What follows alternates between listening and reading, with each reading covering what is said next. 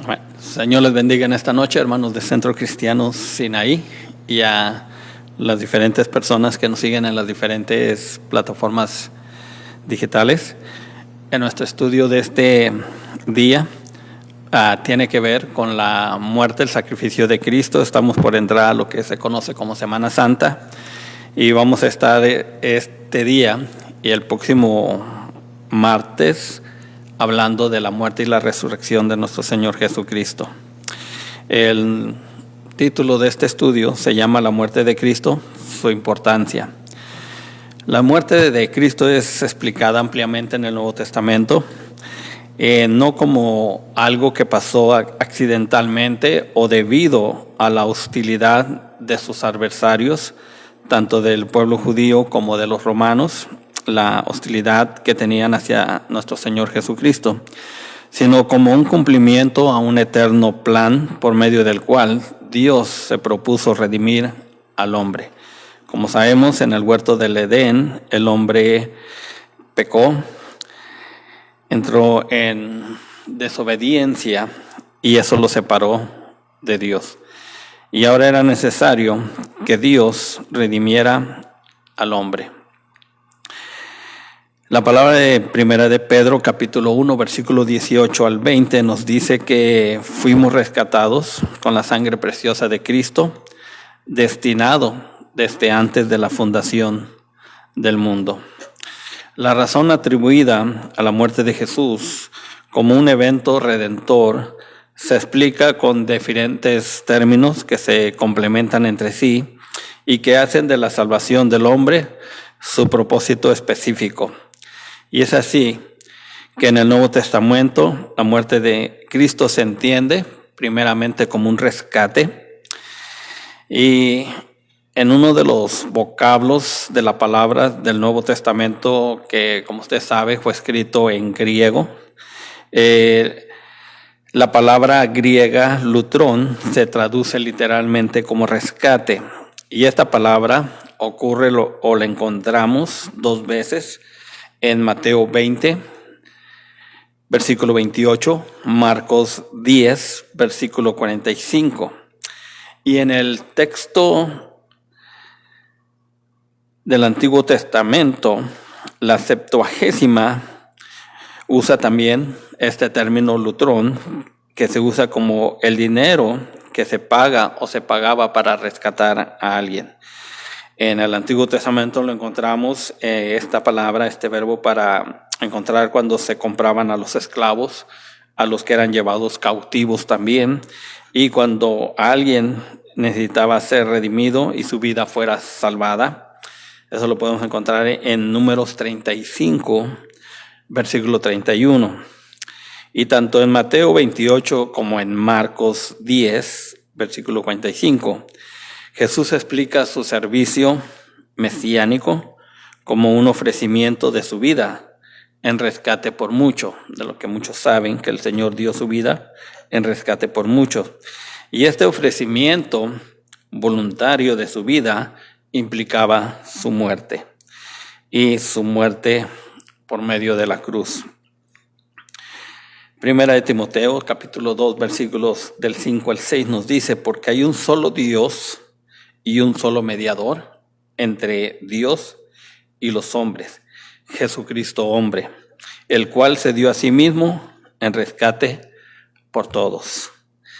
En Tito se dice, bueno, según la carta o epístola que escribe Pablo a Tito, se dice que Cristo se había ofrecido su vida voluntariamente para redimir y purificar para sí un pueblo propio.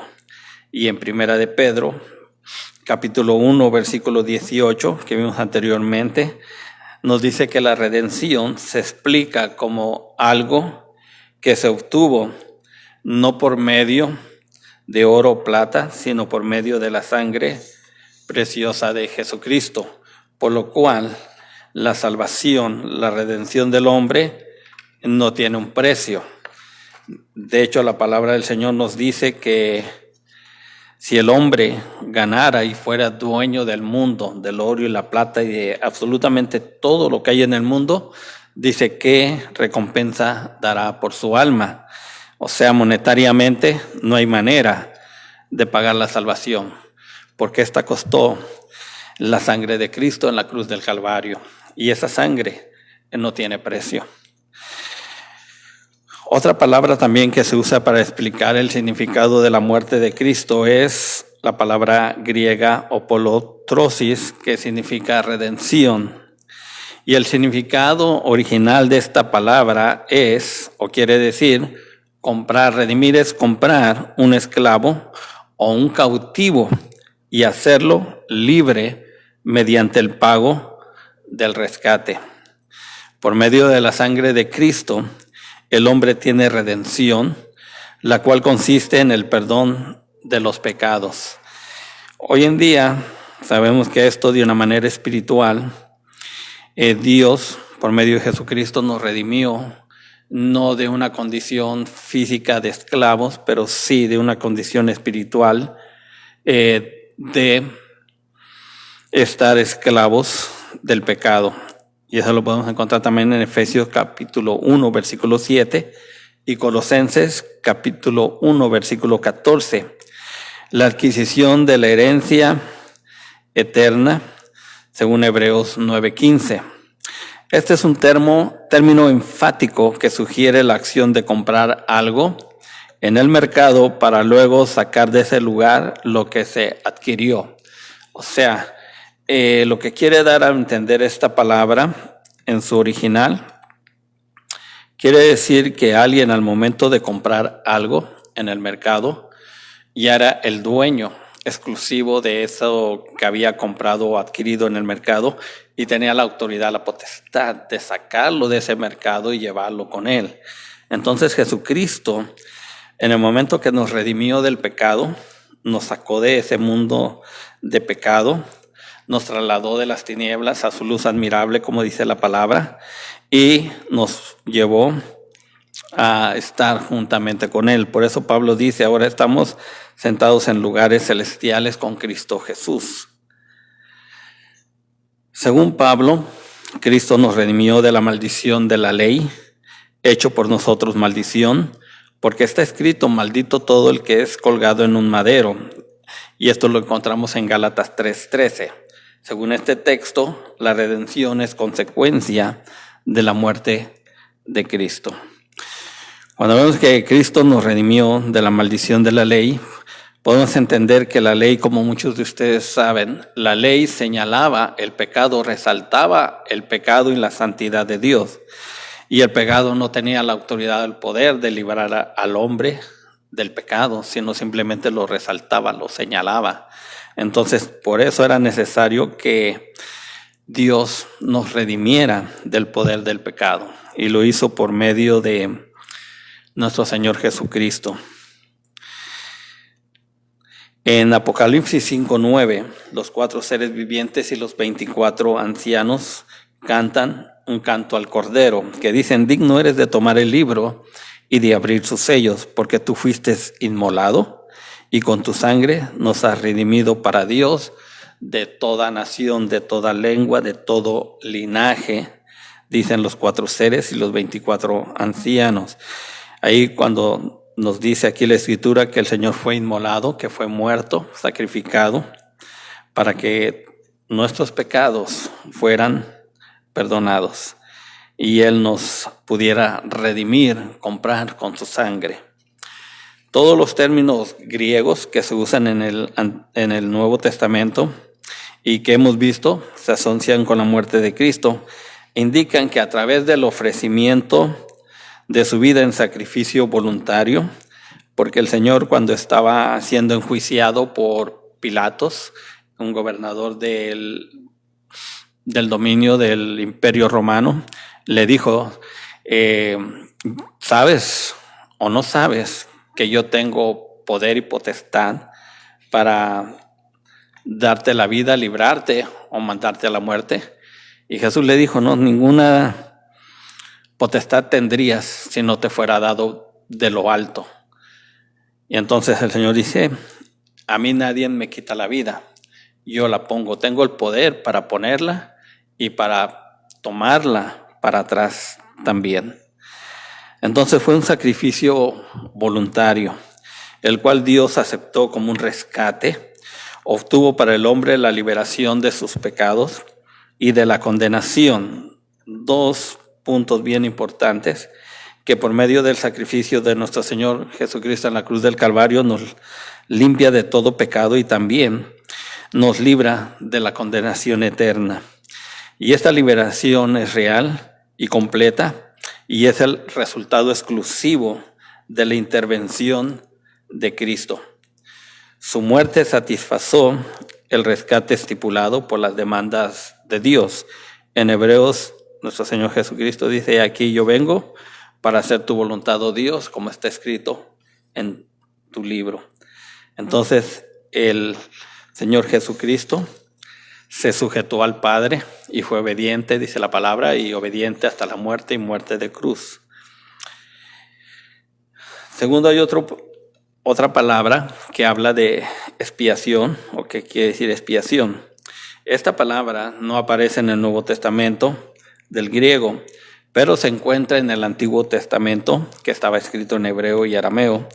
Su significado literal es cubrir. En este sentido, el término quiere decir que nuestros pecados son tapados o cubiertos. O sea, por medio de ese sacrificio, Cristo hizo la expiación de nuestros pecados. Era algo como lo que hacía la sangre de aquellos animales que eran sacrificados, los corderos y también los becerros, y que esa sangre cubría de una manera simbólica el pecado. Ahora vemos que la sangre de Cristo no lo hace de una manera simbólica, pero sí lo hace de una manera literal, de librarnos del pecado, de cubrir ese pecado que estaba en nuestras vidas. Entonces quiere decir que nuestros pecados son tapados o cubiertos. La expiación describe el proceso y el medio de nuestra relación personal y única con Dios, y abarca varios conceptos y realidades.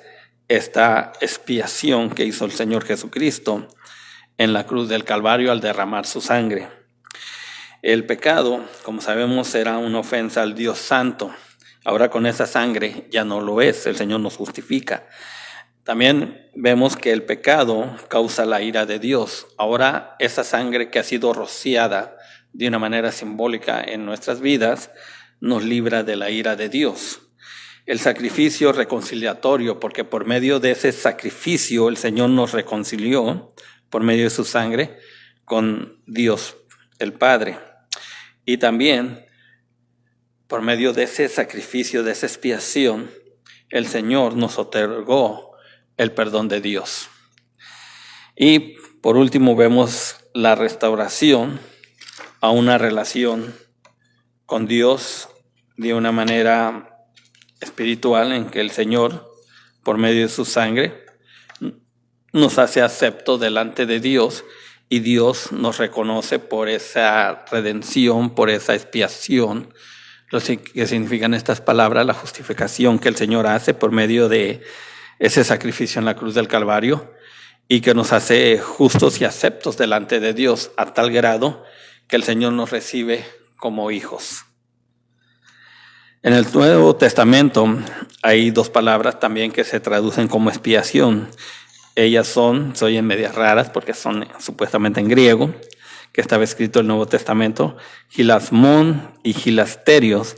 Y estas dos palabras, ya traducidas al español, a nuestro idioma, lo que nosotros hablamos hoy en día, se encuentra en Primera de Juan, capítulo 2, versículo 2, Primera de Juan, capítulo 4, versículo 10. Y yo quiero que ustedes después en su hogar abran la Biblia y consideren estas citas.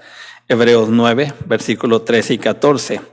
Todas estas escrituras connotan la idea de la expiación del pecado, lo que hizo la sangre de Cristo, lo que hizo ese sacrificio en la cruz del Calvario, y que de una manera muy grande nos ha beneficiado a nosotros que hemos creído y aceptado ese sacrificio. En 1 Juan 4:10 también, Dios es quien inicia la expiación, esto es, La iniciativa total de la expiación se encuentra exclusivamente en la voluntad de Dios y por medio de que Él amó de tal manera al mundo, dice la palabra, que envió a su hijo unigénito para que fuera en sacrificio y así pudiera alcanzar la redención y la salvación del hombre. Dios envió a Cristo para que fuese la expiación de los pecados del mundo, no solamente de nosotros como iglesia o de los que nos llamamos cristianos, sino esta redención, esta expiación es a favor de toda la humanidad, de todo el mundo, de todos aquellos que acepten ese sacrificio. Entonces, de una manera, la sangre de Cristo, pues, elimina el pecado. Dice, este acto tomó lugar no como una consecuencia del amor del hombre hacia Dios. O sea que esto no se generó porque el hombre amara a Dios, sino todo lo contrario. Vino como resultado del amor y de la espontánea misericordia de Dios, el cual tomó la iniciativa de mandar a su Hijo unigénito en rescate de la humanidad, porque la humanidad lo necesitaba. Dios creó al hombre en el huerto del Edén y le dio ese libre albedrío. Y el hombre pecó, cayó en transgresión, entró el pecado y había necesidad de redimir al hombre del pecado. Y por lo tanto el Señor, en ese plan de redención de su creación, mandó a su Hijo unigénito, porque en el transcurso de lo que relata la palabra de Dios, tanto en el Antiguo como en el Nuevo Testamento, se mira una necesidad del hombre, principalmente una necesidad espiritual, que no podía el hombre por medios propios justificarse delante de Dios. Debía de haber algo más. Lo que hacía la ley en esos sacrificios, en esa sangre que era derramada, era simplemente como algo simbólico de lo que había de venir en el sacrificio de Jesucristo. Por eso vemos que a Cristo se le llama el Cordero de Dios. Dios envió de esta manera a Jesucristo para que fuese la expiación del pecado del mundo entero. Por lo tanto, los términos que usamos como redención, expiación, justificación, connotan la idea de un acto generoso de parte de Dios.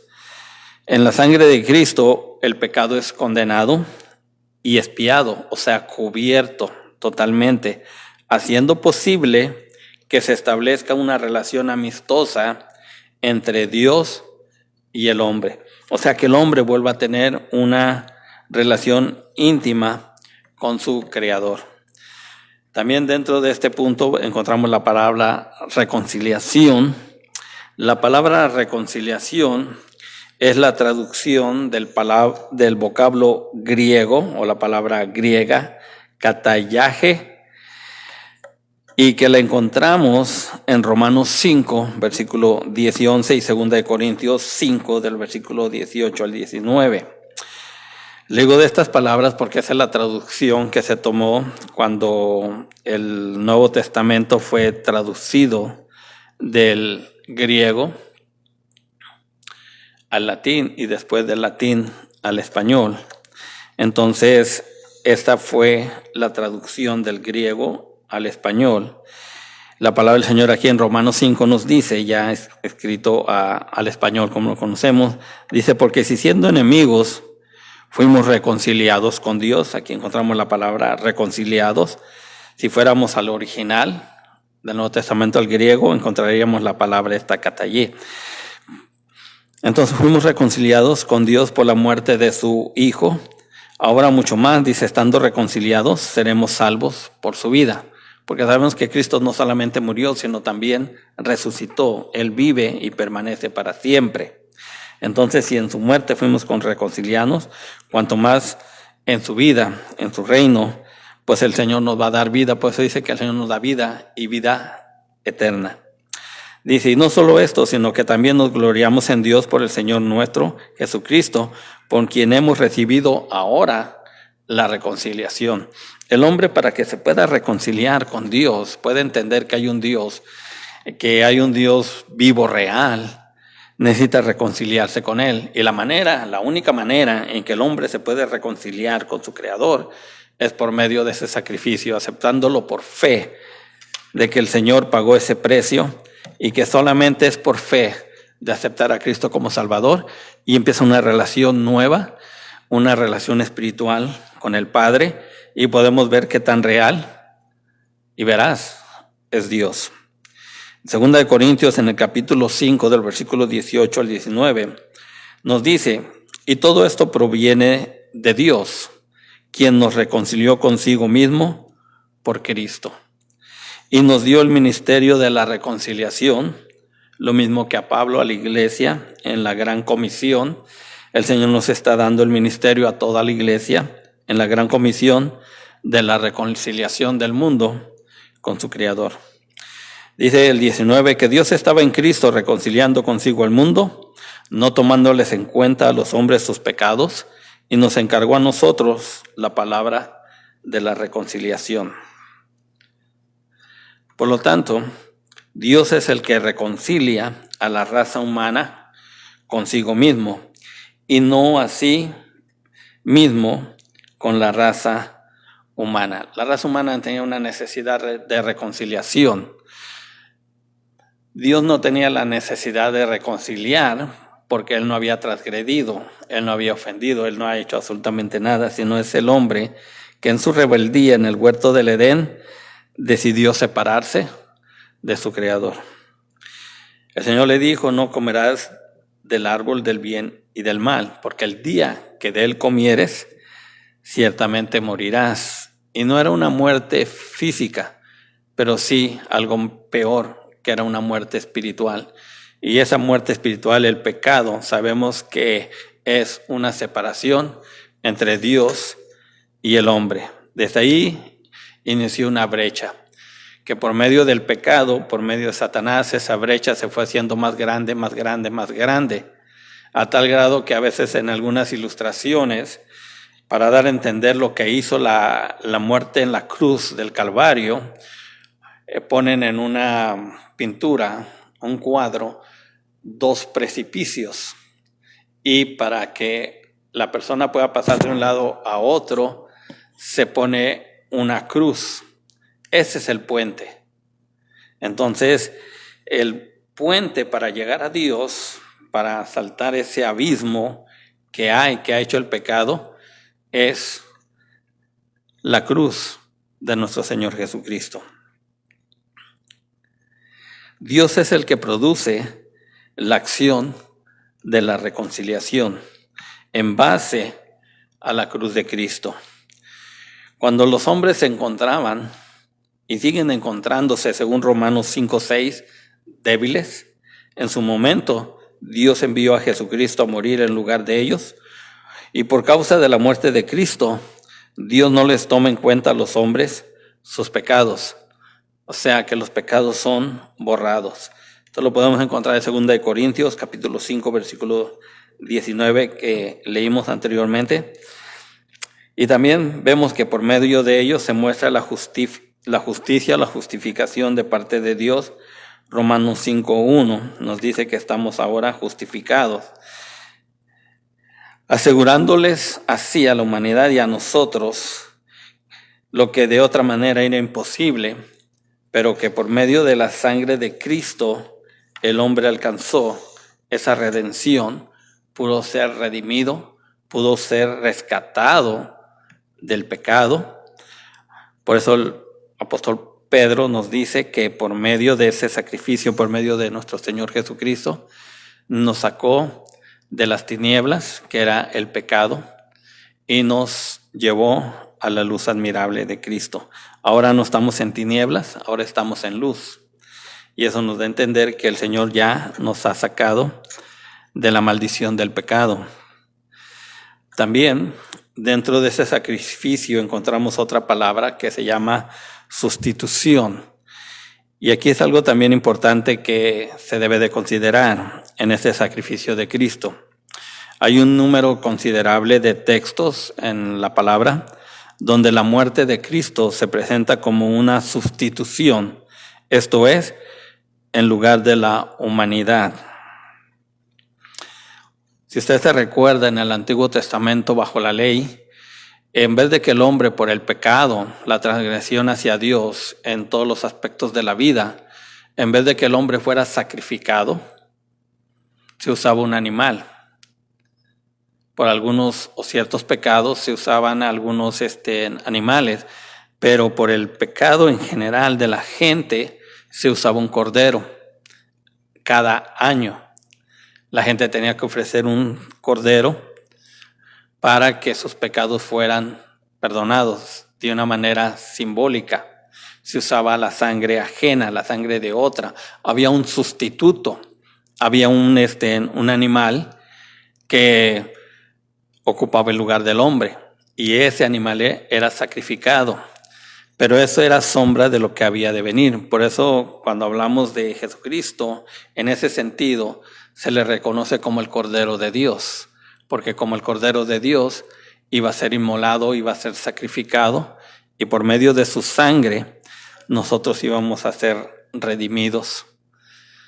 Entonces, por medio de este sacrificio, podemos entender la importancia de la sustitución, que el Señor fue a la cruz cuando los que merecíamos ir a la cruz éramos nosotros.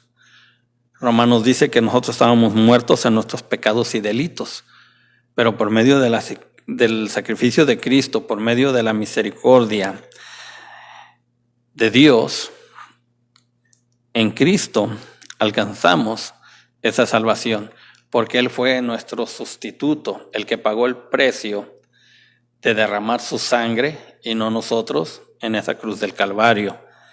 Por eso fue que la muerte de Cristo en la cruz del Calvario no fue porque en ese tiempo esa era parte de la muerte capital que tenían los romanos, ni fue una coincidencia, sino fue algo que de una manera representaba exactamente todo lo que se había establecido bajo la ley y que representaba esos sacrificios, aquella sangre, el simbolismo que todo eso tenía para que el hombre fuera de una manera justificado delante de Dios y tuviera comunión con Dios y pudiera acercarse a su Salvador.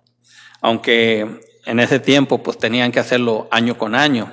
Hoy con día, quien es lavado con la sangre de Cristo ya no tiene necesidad de más. Hebreos nos dice que fue un sacrificio perfecto, sin mancha, el cual nos libra del pecado de una vez y para siempre. Cristo padeció por nosotros, quien Él llevó nuestros pecados en su cuerpo sobre el madero. Y dice la palabra en 1 Pedro capítulo 2, versículo 21 y 24, dice, y por cuya herida fuiste sanado. Porque también Cristo padeció una sola vez por los pecados, el justo por los injustos, para llevarnos a Dios.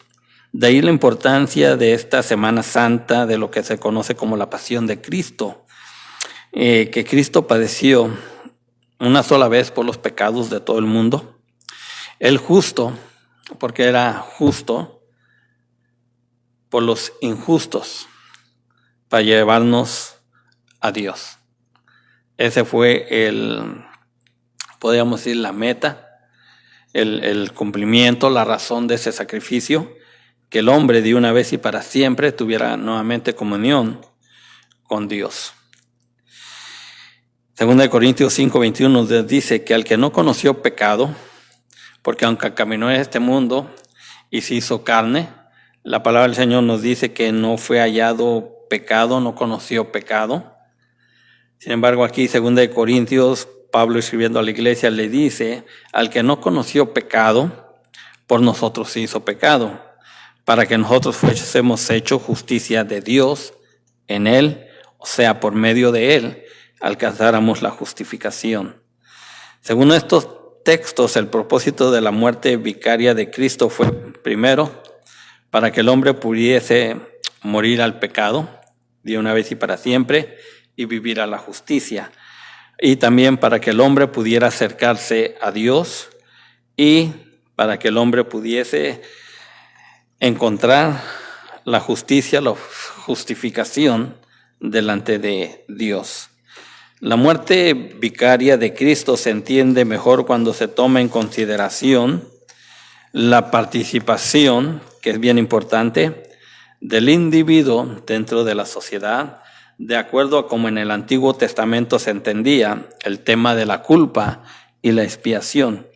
El pecado de un individuo, por eso era la ley y los sacrificios, el pecado de un individuo tenía consecuencias negativas, no solo para él mismo, sino también para toda la familia y para toda la comunidad. Afectaba el pecado de una manera muy grande. Un crimen no era solo el acto de un individuo con consecuencias exclusivamente personales, sino en peligro directo a toda la comunidad. Uno de los mejores ejemplos de la reconciliación por medio de la transferencia de la culpa que se encuentra en el Antiguo Testamento es la ceremonia del gran día de la expiación, o sea, la sangre que era derramada año con año, y que esta, como dice la palabra expiación quiere decir literalmente cubrir, tapar, y eso era lo que hacía la sangre de una manera ceremonial, tapar, cubrir el pecado. Hoy esa sangre, lo que hace la sangre de Cristo es limpiar, pero también erradicar, quitar de una vez y para siempre el pecado del hombre. Se tomaba de la congregación 2 machos cabríos, uno era sacrificado, según Levíticos 16:9, y sobre la cabeza del otro el sacerdote ponía sus manos, confesando sobre él todas las iniquidades del pueblo de Israel. El macho cabrío era llevado entonces a un lugar solitario donde era puesto en libertad. Se le mandaba por el desierto y el otro era sacrificado. Esto significaba que la iniquidad de la nación o el pecado de la nación ya no representaba una amenaza porque había sido transferida, castigada y destruida en ese sacrificio de este animal.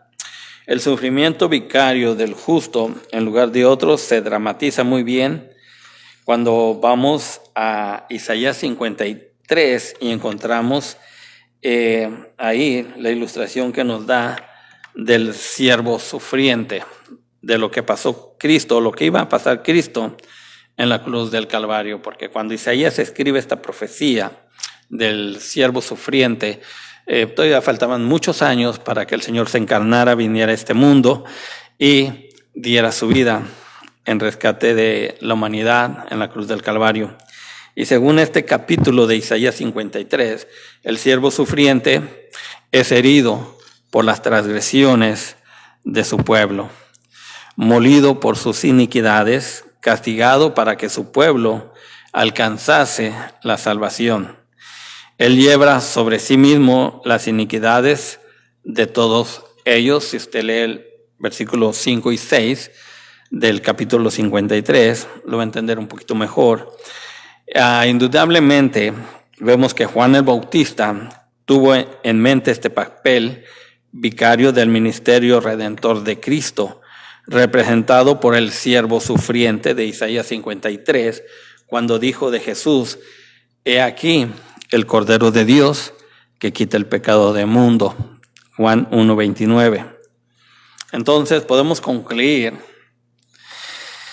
que la muerte de Cristo significan muchas cosas, pero al menos 4 cosas que resaltan. Significa un rescate, como ya miramos.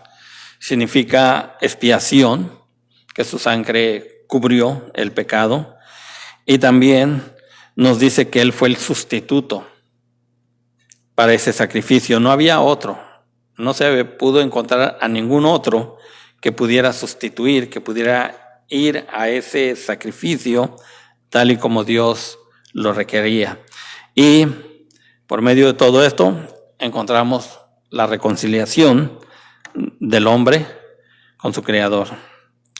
De manera que fue en cumplimiento a un plan redentor que Dios elaboró en su propia iniciativa por amor al mundo.